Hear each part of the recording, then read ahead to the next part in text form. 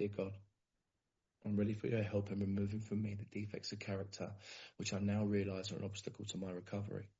Help me to continue being honest with myself and guide me towards spiritual and mental health. Amen. It is with much love and gratitude that the group welcomes Arisa B to come and share with us. Arisa, over to you. Thanks so much, Purdy. Good evening, good afternoon, good morning, wherever you are. My name is Arisa, and I'm most definitely an alcoholic, and it's great to be back with you guys. And I know you guys are just a pocket of enthusiasm, and I love that. 6 and 7. I love that you guys have a meeting that just focuses on 6 and 7 because these are the two steps that quite often people just gloss right over. And it's like we think we did them, or we spend so much time in them that, we get so bogged down that we don't realize that we really have stalled out. And my experience is that when we go to the Big Book of Alcoholics Anonymous, right, on the top of page 76, steps 6 and 7, there are 2 paragraphs. And that is it. And Bill wrote more about them later.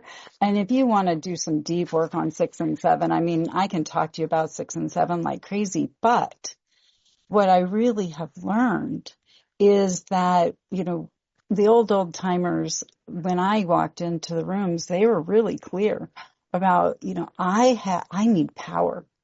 I need to get connected to power. And I thought I knew what 6 and 7 meant. My translation of 6 and 7 was try harder, do better, right? That there's somehow I should know what I should be doing differently. That because I've written an inventory, because I've seen some of my grosser handicaps, because I don't want to suffer anymore, now all of a sudden I can just say, okay, God, take them away. And maybe somebody who's very spiritually evolved can do that. I don't know. But for me, 6 and 7 are tools of acceptance. Okay, it's not about my character defects being gone. It's about fully accepting them and leaning into them and understanding that God is not asking me to be perfect. God is asking me to be willing to look. Real humility in the 12 and 12, it talks a lot about humility in these steps, and real humility is so intertwined with honesty. How do I even get honest? You guys said a version of the set-aside prayer, and it's not the version that I use, but the whole point is, I need to set aside everything I think I know, because it's not the things that I don't know that get me in the most trouble. It's the things that I think I know that turn out to not be true, that keep me stuck. They keep me chasing my tail over and over again. That my character defects aren't necessarily gone. In fact, I was taught that every character defect that I have is actually a character asset not being used in a godly way. So what if I approach this body of work? Remember, I've just read this inventory about all of these horrible, terrible things, but somehow I feel better, because that's not actually what step 5 is. Step 5 is about getting right-sized. It's about becoming human. It's about understanding that what shoulder to shoulder really looks like, that there is no life on a ladder. Purdy's not up here and I'm not down here, and Katie, and, and trying to peg everybody, which is what I always was trying to do. And I thought, 6 and 7 was so much about, in my head, unmanageability, that if I could just manage better, I wouldn't have to yell at my kids. If I could just manage better, right, then, they would want to get their shoes on and be on time for going to school, right? Like all of these things. But the truth is that God gave us all of our emotions, They're here to help us, not to hurt us. Even fear, right? That evil and corrosive thread. I've learned to look both ways before I cross the street so I don't get hit by a bus. That God gave all of these things to me. And the question is not whether or not it's good or bad. Everything comes down to that third column. If God is not my supply in that third column, then you're going to get a reaction from me. Right? And so 6 and 7 are really tools much more of acceptance, that instead of was I, it's more like, where's Waldo? Because I'm making the mistakes. And Big Book uses the word mistakes a lot. And those of you who know me know I talk about that a lot, because we use the word mistakes mistakenly. We use it as if it's selfish, dishonest, self-centered, and inconsiderate. But a real mistake is none of the above. It really isn't. You know, if you were taking a spelling test and, you know, I was told to spell Mississippi and I spelled it Mississippi, I did not do that because I resent my teacher. I am not doing that because I'm afraid. I did it because for those of us who are old enough to remember before computers could proofread for you, you would hand your paper to somebody else because at the time it looked like the right thing. I can't catch my own mistakes because in the moment my motives are good. In the moment, I really think my keen alcoholic reasoning is going, I got it. I got it. And we should always be scared when we hear me say, I've got it, because I don't got it. You know, when I think I've got it, then the ego has already rebuilt and it's time to run, right? But what if all of these things that are being triggered in that third column really just need to be supplied by God? And they create character defects because I've dropped God's hand. And if instead I go back to God and say, okay, God, you're supposed to be my supply for my self-esteem, for my personal relations, for my ambitions, for my security, right? All of those different parts of self that we talk about. If I have to wrest satisfaction, you're going to get a reaction from me. You can tell the difference from where I am from my third step by the number of opinions that I have. And my life, I mean, there are some of you here who know enough about my life that you will know that I don't get my way most of the time, it seems. I don't know what that's about. And I'm a pretty smart woman. I mean, I ought to be able to figure things out, right? But I get curveballs, like serious curveballs all of the time. Character defects are, you know, they're one of my favorite ones I discovered was spiritual arrogance. I like to think I know better than you. And the way my sister prays is not the right way. So, you know, keep her God over there or whatever it is. Because I've got the right answer. But as soon as I have to have the right answer, I have lost the whole game. Because it's when you get to I don't know that you're teachable. I can't know the truth. I can know more truth. I've got these big oak trees out in my backyard, and I joke a lot that if I drew a big triangle around them and I asked Purdy to stand on one corner and Paola to step on another and Amy to step on the third, and I handed you guys a camera, your pictures would look like 3 different trees. I can't understand that tree. I have one tree that's been hit by lightning, and you would never know by looking from one direction. You would have to know by going all the way around. 360 degrees. In fact, 3 corners is not enough. Not only that, I would have to know what it looks like from above. I would have to know what the root system looks like. I would have to know what it feels like for the sap to be drawing away when it's like negative, whatever it is outside right now. Or in the spring when the sap starts to flow. I can't know what it's like to be you. I can do my best to try to walk a mile in your shoes, but I don't actually have the ability to know what your truth is. And that's where 6 and 7 starts to really get me humble.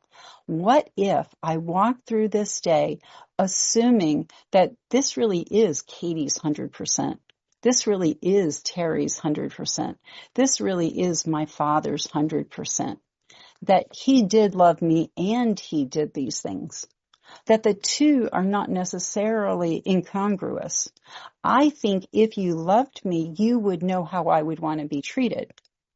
I don't know if you guys have, I don't think Baskin Robbins exists in the UK, but it's an ice cream store that has, 32 flavors. That's their big shtick.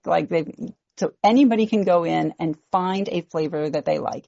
It's not just chocolate, vanilla, and raspberry, but it's like, bubblegum and pistachio and you name it and whatever. But really, is it a gimmick? Or is somebody like Bobby actually in there going, you know what, I want the raspberry ripple? Because they wouldn't actually be selling it if they weren't making money on it. But something in me tells me that there must be something wrong with you if you're choosing chocolate because I like lemon, right? I think we all think the same. That's one of the first character defects that I really began to realize that, I was told that explaining was a character defect because I can talk circles around you. I can bring you around to my way of thinking. I'll talk at you until, you expire and you just give up, I guess. But I'm a smart woman and I know how to argue something. But is that really the point?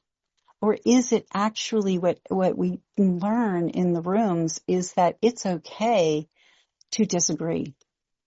That it is actually okay for Purdy to like chocolate even if I don't. That it's actually okay for, some people, when they go on a roller coaster, they get a thrill. Other people, when they go on a roller coaster, they want to throw up. And by the way, it's the same chemical getting released in the body. It's the exact same chemical. But how I experience it comes from my own background. And when I take responsibility for that, that's what I mean by my character defects or my character assets out of proportion. And I get people quizzing me all the time. It's like, okay, so explain to me how gossip is a character asset. Well, what that is that we gossip because we want to feel closer to each other. We actually were trying to build some sort of a fellowship. God gave us a desire to be part of a we. If I don't find a kind and loving way to do it, I will find an underhanded way of doing it because I do have those needs. I get driven by these things. So the question is, am I willing first and foremost to look, right? And I know people like to make their big lists of character defects. I mean, it's been the rest of my life writing my character defects, but when I hear people say I'm working on my character defects, that's when I really get scared. Because the only thing that's going to happen if I start working on my character defects is they will become more entrenched. Because I am beyond human aid. This is not solvable by me. Okay, these are things that must be given. I grew up on the beach, and when I first got sober, one of the things people would do to illustrate this is they would have you take a scoop of sand and hold that sand, and then in the other hand you get another scoop of sand, and in one they tell you to hang on to it as tightly as possible, and the other you just hold like this. And guess which one loses the most sand? The harder you hang on to it. The more you try to hang on to it, the more it slips through your fingers. Whereas the wind will just blow a few crumbs off. So the question is, am I willing to let God have these things? Because the reality is that the God in the big book of Alcoholics Anonymous is one of spiritual alchemy. Nothing is wasted in God's world. Nothing is wasted in God. I don't think that everything needs to happen for a reason. If that works for you, God bless you, go in peace. That doesn't work for me because I come from a really bad, violent background. I've had a lot of bad stuff happen. I have a lot of bad stuff still happening. I mean, I had my 7th back surgery last week, not many people get to do that, I don't know, like born special. Um, but I don't feel like I've got the Eeyore cloud over my head. It's just life. Life happens. Somebody's going to get the spine like mine that's crumbling. Somebody's going to get these problems. Why me? Why not me? How about that? That's the attitude adjustment that AA is really all about. When I'm willing to really look at step 6 and 7, right? Step 6 has emphasized willingness as being indispensable. We talk so much about acceptance being the key. That is from a story in the back of the books. What it actually says is that willingness is the key. And then once the key of willingness is in the lock, it opens almost without any effort at all. But it's indispensable. That willingness, that third step, I have to keep here. It's not my life. When I do a third step, I have said 100%, I don't get a vote anymore. It's not my body. I just take care of this body. In order for me to be here with you guys today, I napped. I napped as much as I could so that I could be here. It's not the way I would normally spend a day, right? But it's the right thing, because how can I best serve thee? And in any given day, at any given time, there's only one way I can best serve God. There are lots of ways I can serve God, but there's only one way I can best serve God. Are we now ready to let God remove from us all the things which we have admitted are objectionable? And see, that's the point with 5. First of all, I have to admit that they are objectionable. And my sponsorship lineage is really big on those little words, the ones like all, right? All. How about it's basically telling me I have to admit that they're all objectionable. Getting resentful at somebody who is a jerk is still objectionable to me. In fact, it's the one you really want to see me upset. You pull some underhanded crap, and if I get upset, I'll be mad at me, not you, because you got me. That's spiritual arrogance. I should be transcended from that. I shouldn't have to ever get disturbed ever again. I should be floating or something. And that's not reality. There's a reason that God gave us anger, because there are times when it is really important that I put a stop to certain things. When I heard the titanium crack in my spine around New Year's, I knew I was not okay. It scared me. And that's a good thing, because if it hadn't, I would end up in a very bad situation.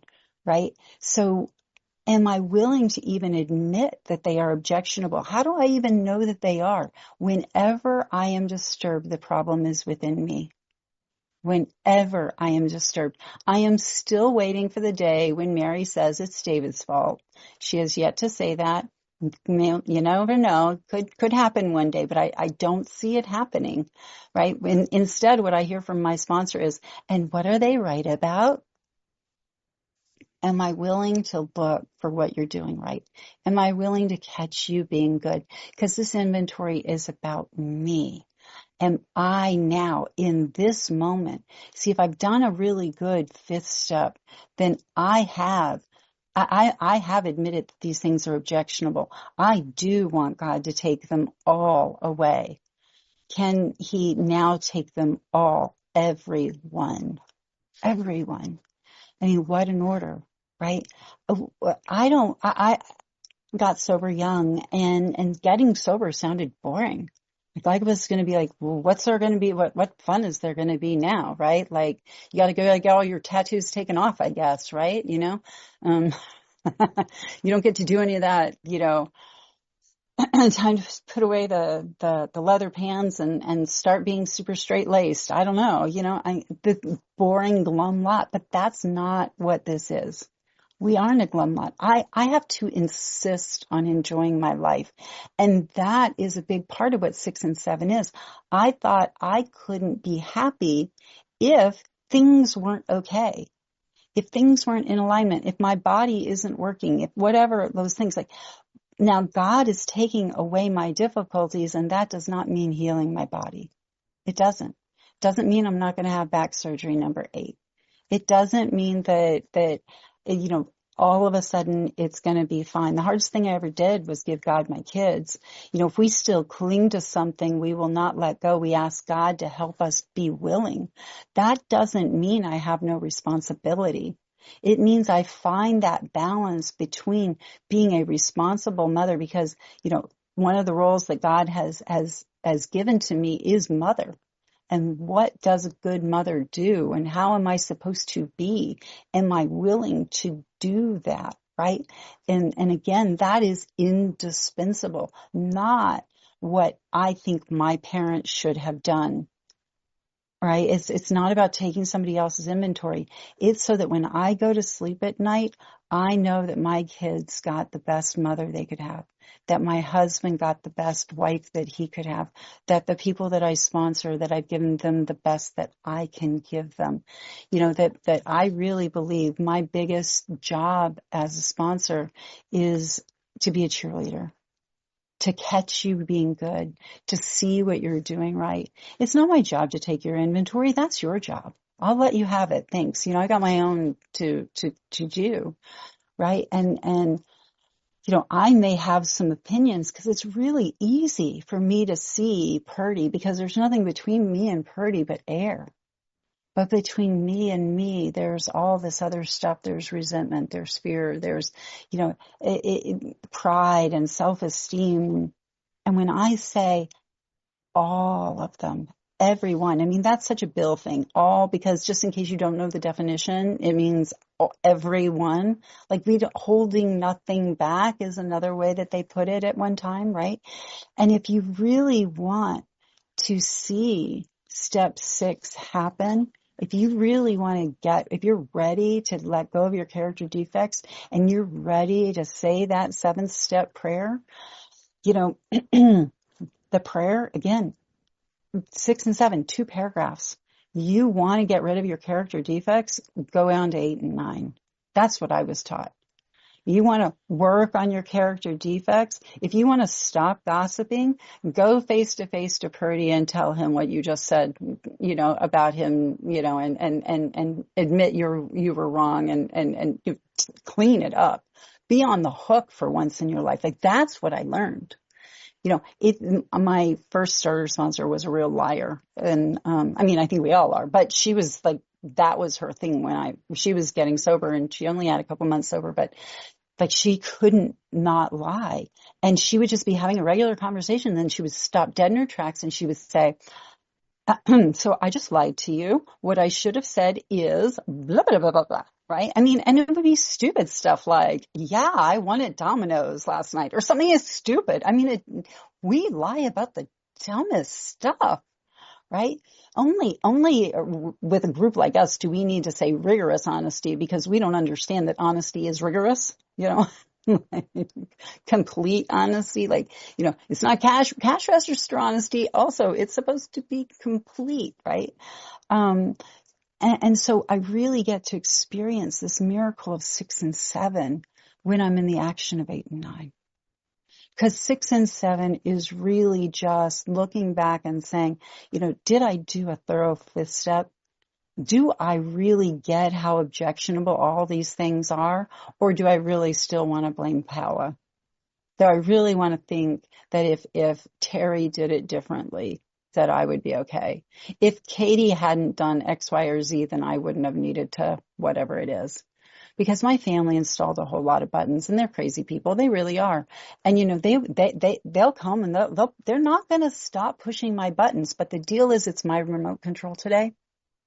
And the only way they have the ability to make me feel anything or make me do anything is if I hand that remote control over on a silver platter and say, here, why don't you have power, choice, and control over my life today? Because where it really belongs is with God, right? And so when I'm ready, when I've gone through this and I see how often I have said, my sister gets to choose whether or not I'm an ass today. Let's be honest, the world and its people are often quite wrong. It says so in the book. There's a period there. But that's as far as some of us ever get. And it doesn't mean that, and I'm not a big believer in my part, but I take full responsibility for what I do. Okay. No matter how big a jerk they are being, I am still 100% responsible for my actions. Nobody can make me be a jerk today. It doesn't matter if you cut me off in traffic. It doesn't matter if you stole my paycheck. It doesn't matter if you pickpocketed me. It doesn't matter. What matters is, how I choose to deal with it. It's not my problem. It's my problem with my problem. That I need a God that is big enough that no problem is going to make me feel like I'm going to drown anymore. So when I'm ready, when I've gone back through, we say something like this. I love how it's a very specific prayer with quotations, but it also tells me it's roomy and all inclusive because it's something like this. My Creator, I am now willing. That in and of itself blows my mind. Okay? Just being in this moment. I don't have to think I'm going to be willing for the rest of my life. But in this moment, I'm disturbed enough. I call them divine disturbances. I'm disturbed enough by my own actions that I want to change. And this idea of my Creator. So I really didn't like the whole God thing. I mean, I come from a long line of missionaries and, they had the wrong God, I guess, but according to me anyway, I didn't want their God. I didn't want you praying for me. But when it says my Creator, that idea, like if I believe this big book, that somehow God created me, whether it's scientifically or, whatever it is, evolution, I don't care, but my Creator, who made the trees, who made the stars, that's okay. My Creator. And I'm going to jump into something from the family afterwards. Later on, it talks about happy, joyous, and free. And I've never met anybody who doesn't want to be happy, joyous, and free. Anybody here who don't want to be happy, joyous, and free? Most of us were like, hey, yeah, give me a double dose, right? But very few people actually know where it is in the big book. And what it actually says is we are sure God wants us happy, joyous, and free. See, if God is my Creator, I'm going to be able to start to trust and rely on that God. That's the God of the big book. Because my Creator put my desires in my heart. My Creator is the one who made me so angry when I was a little girl and my father was abusing me and doing things that nobody should do to a child. I believe that came from God. I really do. That my Creator wants me happy, joyous, and free. I can learn to trust and rely on a God like that. I can't trust and rely on a capricious God. I don't know how, some people do, but, my concept of God when I got here was, kind of like Zeus up there going, with his lightning bolts, like get the redhead, and that was it. I mean, seriously, like I get a lot of hard stuff in my life. You don't want to play these games with me. I can match most people one for one and then a few. And but I don't feel like a victim anymore. I don't feel like God's done it to me. I also don't feel like God's doing it for me. I think it's life. One of the most misquoted things that from the Big Book of Alcoholics Anonymous is we say what it was like, what happened, and what it's like now. But in how it works, it says what we were like, what happened, and what we are like now, because I have changed, because I am now willing that God should have all of me. This is the consummation of that third step. I said it's not my life anymore. Therefore, I get no more opinions at all, good and bad. I pray that you now remove from me every single defect of character which stands in the way of my usefulness to you and my fellows. Because it doesn't say so I can have what I want. I didn't want to be useful. That was not on the agenda. I wanted happy, joyous, and free. Yes. Useful? like uniquely useful and all of those words like that. Not so much. I got an agenda, I want it to be fun. I want it to be whatever, right?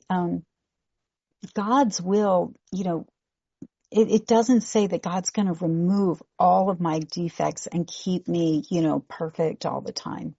What it does help me to do is feel the egg on my face.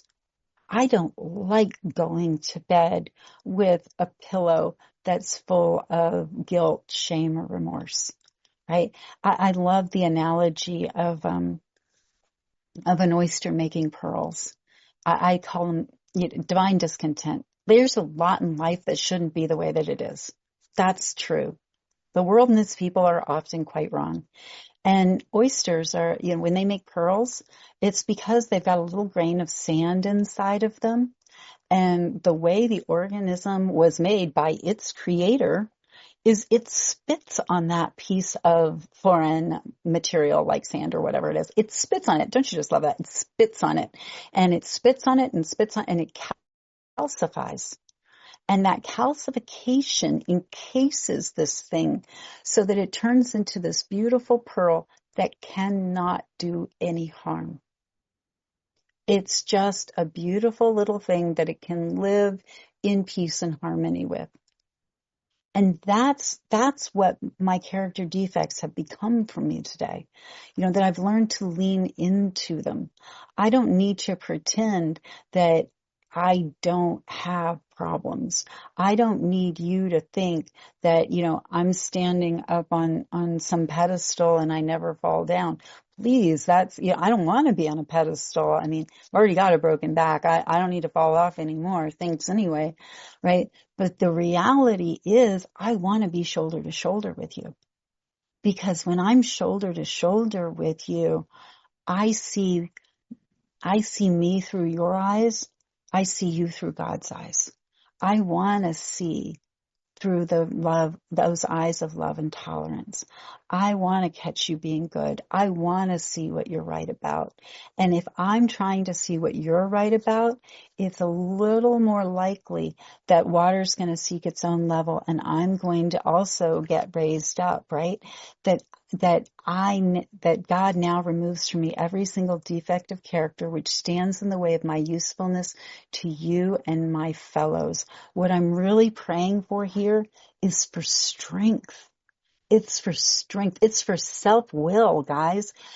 Self-will gets a bad rap, but this prayer, this 7-step prayer is helping me to learn how to align my will to God's, because I got a lot of willpower. It's hard living the way I lived before I got sober, right? But if I find a way to align that strength, to plug into that higher power when I go out from here to stay with God, all of a sudden, my character defects can be turned into assets, right? I want to do God's bidding. And again, sounds boring. I remember asking my sponsor, I'm like, well, what if God wants me to move to Africa and be a missionary? Because I come from a long line of missionaries and they were all in South America, but, I said Africa, whatever.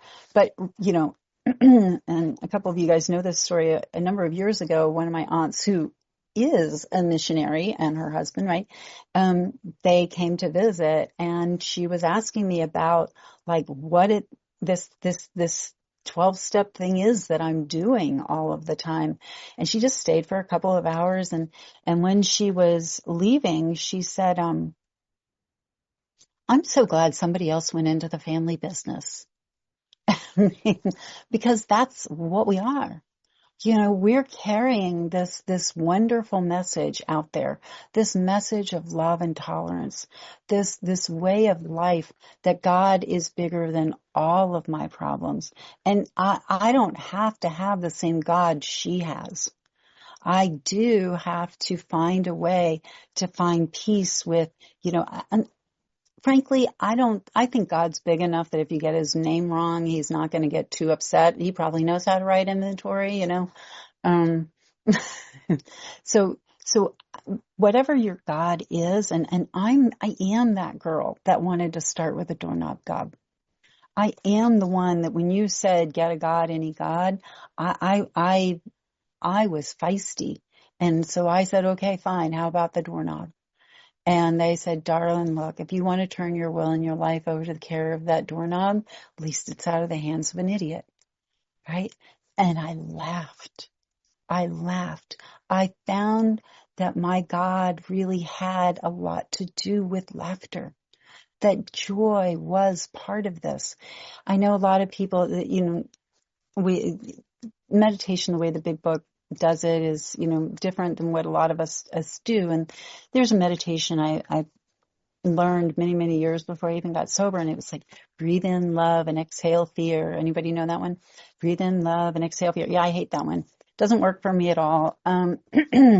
Because the way I see God is spiritual alchemy. If I breathe in God, if I breathe in this enormous power of love, then spiritual alchemy happens. And the only expression of a person filled with God's love is happy, joyous, and free. There is nothing too big for God. Don't tell me what God can't do. My problems are still there. That's not the deal. It's how I feel about my problems. That's what's changed. Nothing, is too big to be turned, that God can't turn to his purpose, to become a blessing. And, thanks, I've got enough, I've been through a lot of hard things sober. A lot of hard things sober.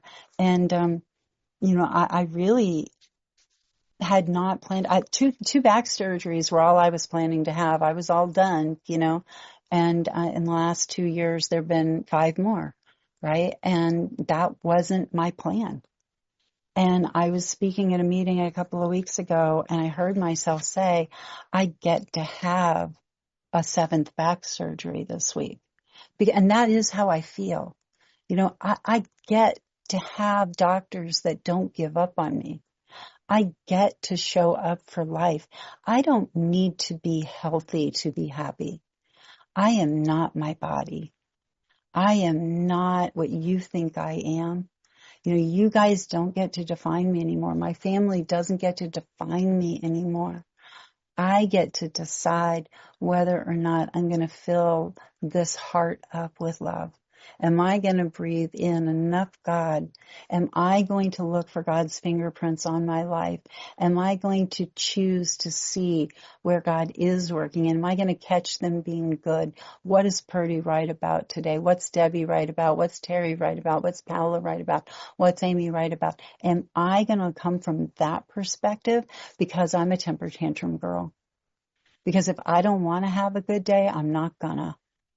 But I have access to power today. Lack of power has always been my dilemma. And in 6 and 7, I am squaring up with the fact that I want to hold on to that 3rd column. As long as I want power, choice, and control over that 3rd column, I've put myself outside the scope of a miracle. The only way to be in the path of a miracle is to say the most spiritual word I've ever learned. Whatever. Whatever. Because it's not my life. It's not mine. If they aren't my sisters, they're not my kids, it's not my house, it's not my health. This is what God has asked me to take care of. The question is, am I willing to suit up and show up and take care of this precious little girl, God's child who happens to be named Arisa? Am I going to show up for her, even when it's uncomfortable, even when I don't want to, even when I'd like to go back to sleep, even when it's scary, even when, no matter what? Am I willing to take the inconvenient phone calls? Am I willing to do those things? Because willingness really still is indispensable. This is still about not drinking for me. I have to be willing to go to any lengths, not any lengths that I agree with, that I don't get to decide. If these titanium rods break again, oh well.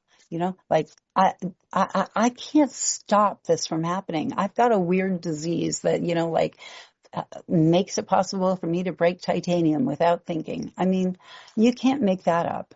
Okay. But it doesn't mean that I have a life that is second rate. It doesn't mean that I'm God's stepchild. It doesn't mean that God's up there, go and get the redhead. It means that whatever I am asked to face today, there will be enough love. There will be enough joy. And you see, I'm not trading with you anymore. I used to think if you loved me enough, I'd be okay. That it was all about you showing me that I was okay. And what I learned in these rooms, what I learned in 6 and 7, is that if I love you enough, if I make you my priority, that it is through self-forgiving that I will find. That if I love you enough, it'll melt that polar ice cap from around my heart, and I will feel the love that's always been there. It's just I had this idea that I knew where it should be coming from. I thought it was supposed to be yellow. I thought it was supposed to be lemon flavored. I thought it was supposed to be chocolate. And it isn't. It just isn't. It's something else entirely. And it's not worse. I don't need to defend myself. That's God's job. You know, God does a much better job of taking care of me than I ever could. And I don't need to punish the people who have screwed up in this world. They're doing a good enough job on their own. I remember what it felt like to not be able to stand myself. See, and that's where I get released through 6 and 7, that arch of freedom that I get to walk through. Because for the first time in my life, when I look at my character defects, I want to be on the hook. I run to doing my 8th and 9th step. I can't wait to make it right because I know how much more joy there's going to be on the other side of this. Because I don't have to protect my ego anymore. That God armor that I put on every morning, you know, when I wake up, I can't get on my knees right now. You know, my habit is to roll straight out of bed and onto my knees. And that was how I broke a titanium rod. So I'm not doing that. But I am stopping. This is what I do. First thing in the morning, I get divorced. I get divorced from self-pity, dishonesty, resentment, and fear. That these are still the harbingers of those stage characters that want to start talking to me before anything else happens. That self-pity always seems to be leading the charge. Well, you know, if you had my problems, like, you know, but I've never got it. I've never had it so good. I will totally take 7 back surgeries along with, you know, all of the blessings that God has given me. I could not have dreamt up a life as beautiful as the one that I have. I couldn't have made it possible. The fact that I have a sponsor who walked through these really scary times with me, the fact that my son called today, you know, to tell me good news and called yesterday to tell me that he was scared about stuff. He's 19. I didn't know 19-year-olds ever called their parents without being forced to. And he wanted to talk to me. He wanted to tell me the bad and he wanted to tell me the good. And that's just what my nightly review looks like too. That's what 6 and 7 has shown me. That I don't have to hide out from God. That God's not asking me to be perfect. That God is asking me to show my whole heart. Intimacy, into me, see. And because I've learned to do that with my God, I've gotten to do that with my children. I get to do that with you guys. I get to do that with the people that I sponsor. I have a life I didn't know was possible. I didn't get my life back. I didn't want the one I had. I got a life that's outlined in the Big Book of Alcoholics Anonymous. That God is not understandable by a person like me. I don't get that God. I can't understand that God. It passes all understanding. To a God that never quits, a God that never ever thinks badly of you, that always wants to give you a second chance. That God, it's unbelievable. And yet it's true. And yet it's true. And my biggest thing with 6 and 7 was I didn't want to believe that God was possible. I wanted to believe that God was just kind of like one of you guys, except dressed up funny. That God looked a lot like a human being. And I blamed God for all the stuff that people do. But what I know today, I can see God, because when we do things that aren't in our best interest, but we give for no reason, without any direct benefit, I see God there. I see love there. I see spiritual alchemy there. And I want to thank you guys for letting me be with you today. Thanks for my sobriety and for letting me be a part of this meeting tonight. God bless. Bless you. Thanks, Arisa. Thank you. Thank you for your share. You were heard. I really appreciate you and grateful for you. Let's all take a moment, guys. My Creator, I'm now willing that you stab all of me, good and bad. I pray that you now remove from me every single defect of character which stands in the way of my usefulness to you and my fellows. Grant me strength as I go out from here to do your bidding. Amen. And I'd like to hand back to Arisa to take us out with a prayer or reading of your choice, please. Thank you, pretty. Okay, let's take a moment of silence and then let's say the St. Francis prayer. Lord, make me a channel of thy peace, that where there is hatred, I may bring love, that where there is wrong, I may bring the spirit of forgiveness, that where there is discord, I may bring harmony, that where there is error, I may bring truth, that where there is doubt, I may bring faith, that where there is despair, I may bring hope, that where there are shadows, I may bring light, that where there is sadness, I may bring joy.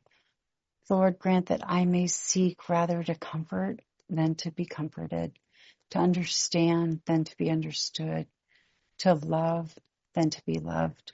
For it is by self-forgetting that we find, it is by forgiveness that we are forgiven, it is by dying that we awaken to eternal life. Amen.